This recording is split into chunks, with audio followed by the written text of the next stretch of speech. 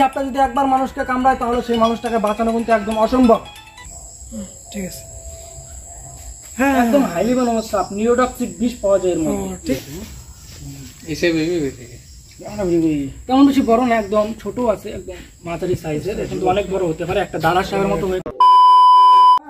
So hey guys, welcome back to my channel Subrata snake rescue team YouTube channel. তো আজকে আমরা আবারও চলে এসেছি একটা নতুন কোনো জায়গায়, নতুন কোনো সাপ রেস্কিউ করতে।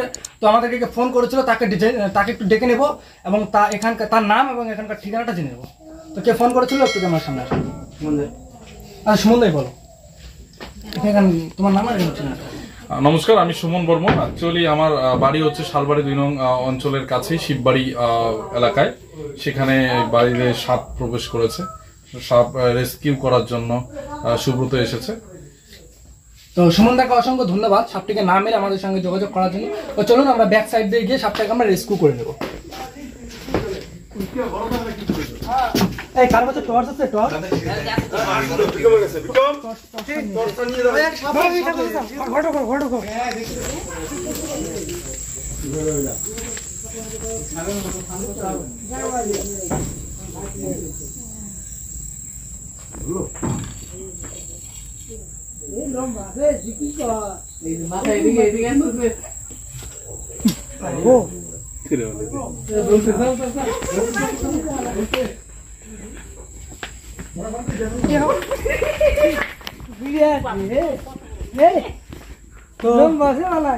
কাছে নিয়ে আসতে বলবো, দেখাতে বলবো।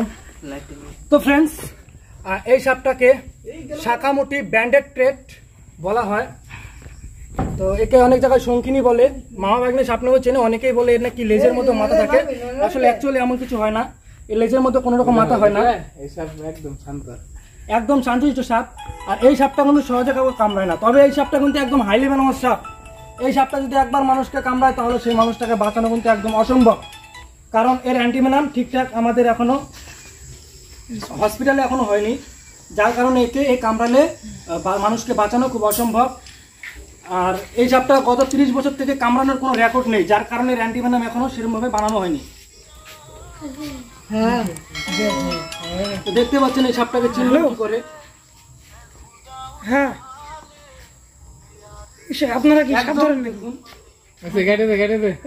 কালো একদম সাপ ধরার জন্য ফোন করেছিলেন, একদম কালো এবং হলুদ সাপটা একদম হয়, আর মাথাটা ত্রিভুজ আকৃতির হয়। আর সাপটা কাছ থেকে দেখাতে বলবো, কাছে আসতে বলবো ক্যামেরাম্যানকে।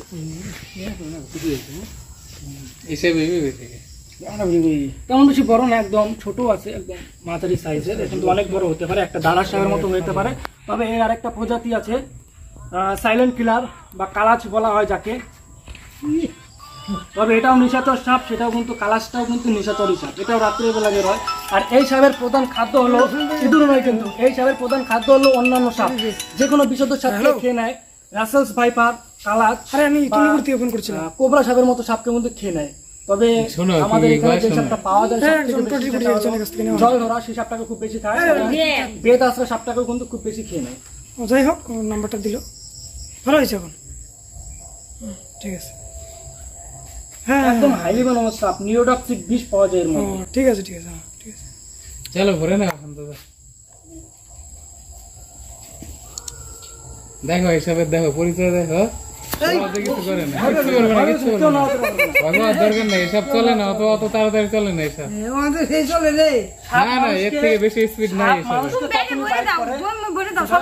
শোনো সবকিছু শোনো, সাপটাকে অনেক বেশি ডিস্টার্ব করে, তখনই সাপ মানুষকে বাইট করে।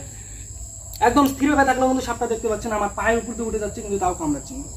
যখন আমি নড়াচড়া করবো তখন কিন্তু কামড়ানোর মুডে চলে আসবে। তো চলুন এই সাপটাকে আমরা এখন ডাব্বার মধ্যে প্যাক করে নিই।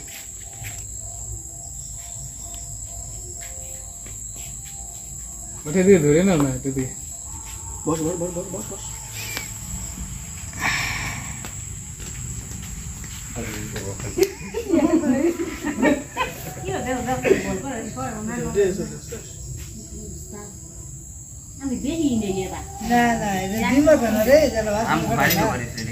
কোন সাপ কোন সময় দুই মাথা হয় না, দুই মুখ वाला কোন সাপ হয় না।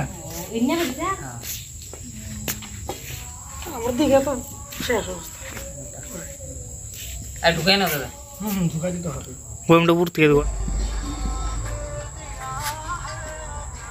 বাস বললে তো হবে না,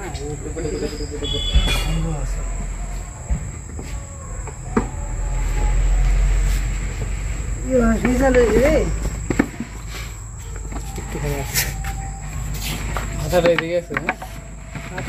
চলো ফুল তো ফ্রেন্ডস সাপটা প্যাক হয়ে গেল। আমাদের অপারেশন সাকসেসফুল। এটাকে নিয়ে গিয়ে আমরা দূরে কোথায় জঙ্গলে বা কোনো ফাঁকা জায়গায় ছেড়ে দেবো, যাতে মানুষের বাড়িতে আর ঢুকতে না পারে। তো চলুন দেখা হচ্ছে জঙ্গলে গিয়ে। চলো, থ্যাংক ইউ দাদা তোমাকে। সো গাইস, চলুন সাপটাকে আমরা রেস্কিউ করে নিয়ে আসলাম, আর এখন আমরা সাপটাকে এখানে রিলিজ করে দেবো। তো দেখতে পাচ্ছেন সাপটা এর মধ্যে আছে, সাপটাকে আমরা এখানে রিলিজ করে দেবো।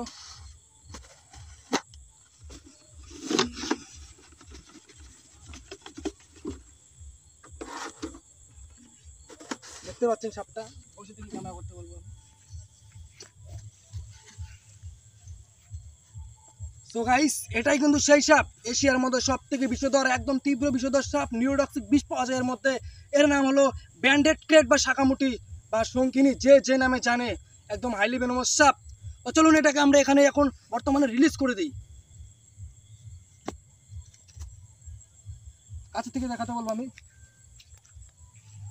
তো ফ্রেন্ডস দেখতে পাচ্ছেন সাপটা আস্তে আস্তে চলে যাবে। তো সাপটা আস্তে আস্তে চলে গেল।